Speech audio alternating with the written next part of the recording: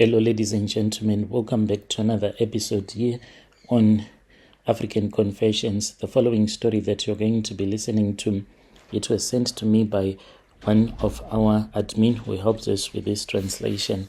The message reads like this. I don't even know how to start.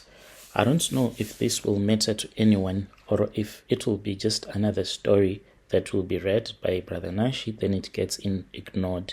But I need to get this off my chest because it has been weighing on me for years. I need people to understand that the life that I lived, the so-called life of a slave queen, the life is nothing but a glittering trap that will leave you with nothing. And if you are not careful, it will take everything from you before you even realize what is happening. I never planned on becoming a slave queen. That was not the dream.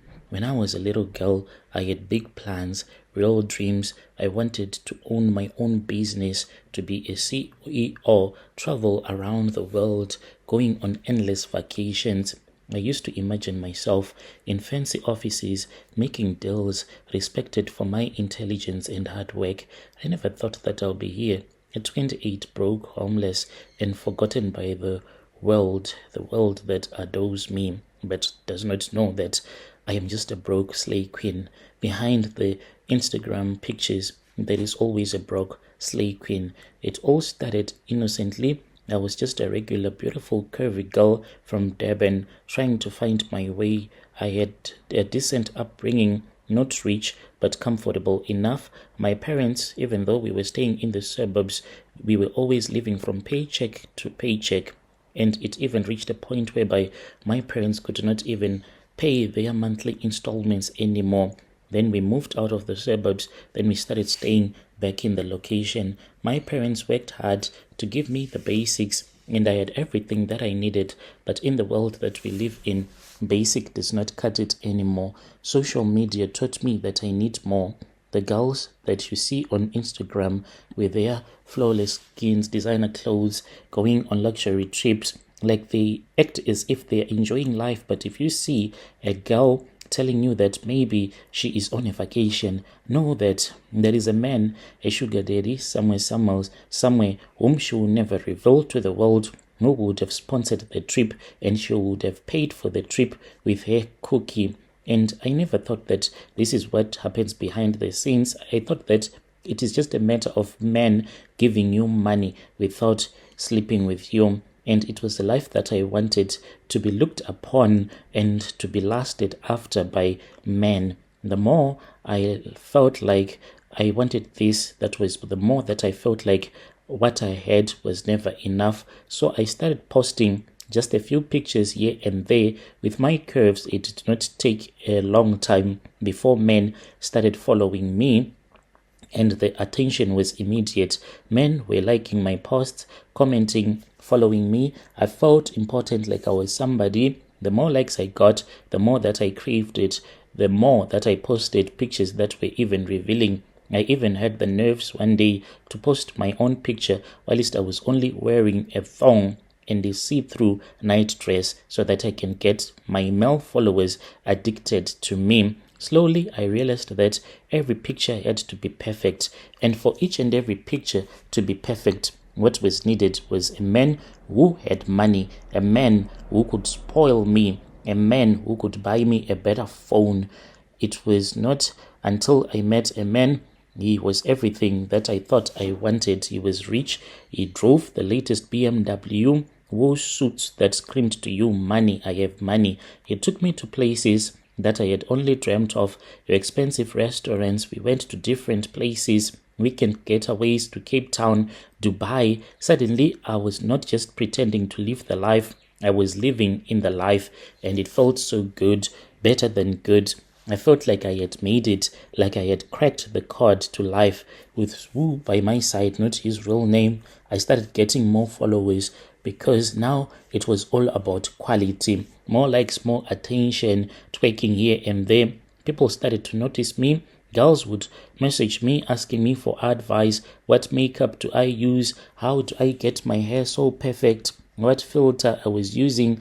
I loved it, especially for the men. Some of them, they would text me and tell me that I make them to feel so horny, and I'll be like, for a price, I can send you my pictures and give me money. And most of these men, they were dumb enough, stupid enough to send me money just for a photo. Just imagine, there were men that I was charging around about 1,500, sending a nude to someone just covering my face. And I don't know what the men will be doing with the pictures. All that I care about is make some money, make some deposit into my account, give me the money, and I will take a nude for you. So the man, he was not giving all of these things to me for free. He wanted something in return. At first, it was just my attention and great sex. He wanted me to be available for him whenever he would call me. If he was bored, I had to be there. If he was bored with his wife, I had to act as if I was his wife.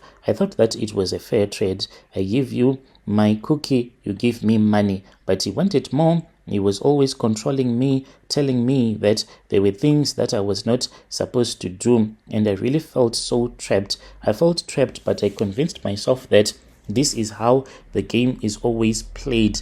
If I want to become his girl for good, I had to respect him and to obey whatever that he wanted me to do for him. So I did not know that most of the rich guys, like, they have sort of like a mental disorder. Like, they say that for someone to succeed so much, you need to be someone who is a psychopath. That is what Sbu was like. He was violent. I used to see it each and every time when he would be making love to me. Sometimes he would be hitting me, saying that he enjoys it.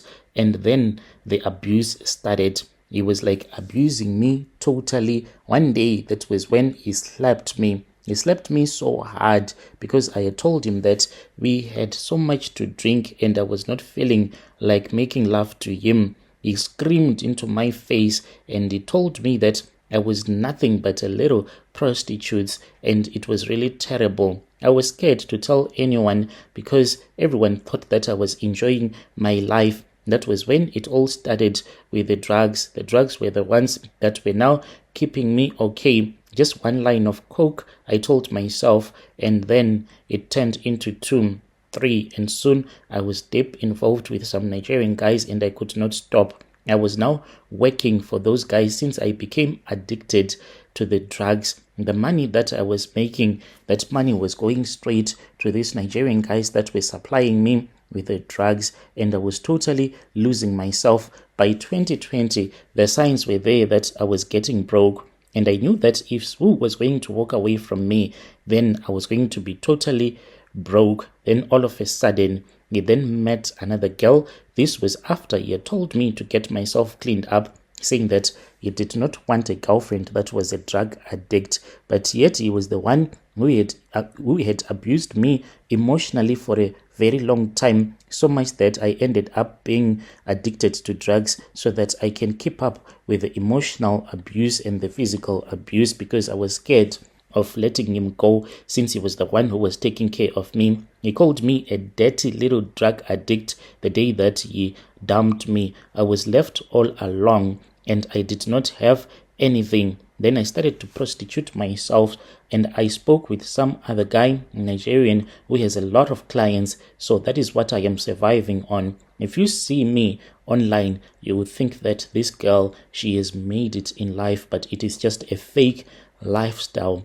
The moment that I switch off the camera or whatever, then I'll start to think about how many men I have to sleep with so that I can just pay rent. I used to stay at a place where I was paying rent, monthly rentals of 17K the time that I was with Sbu. But now, at least at the place where I am staying, I am only paying 5K for the apartment. It is just for the looks and for people to believe that I am still that hot girl, and it attracts more men to me. But I am always depressed. My advice to other young women, please, my South African women, do not do this. Just watch the slay queens from a distance. Never think that for a day you are going to enjoy the life of being a slay queen. It is not an easy thing for you to get drunk simply because a man will want your cookie at the end of the night. It is not a nice thing. Be independent. If you want to go out, take yourself out, not to depend on your men. Dear listeners, right there was a message that was sent to me by one of our admin who helped us with this translation. Strange things indeed, they do happen in this world.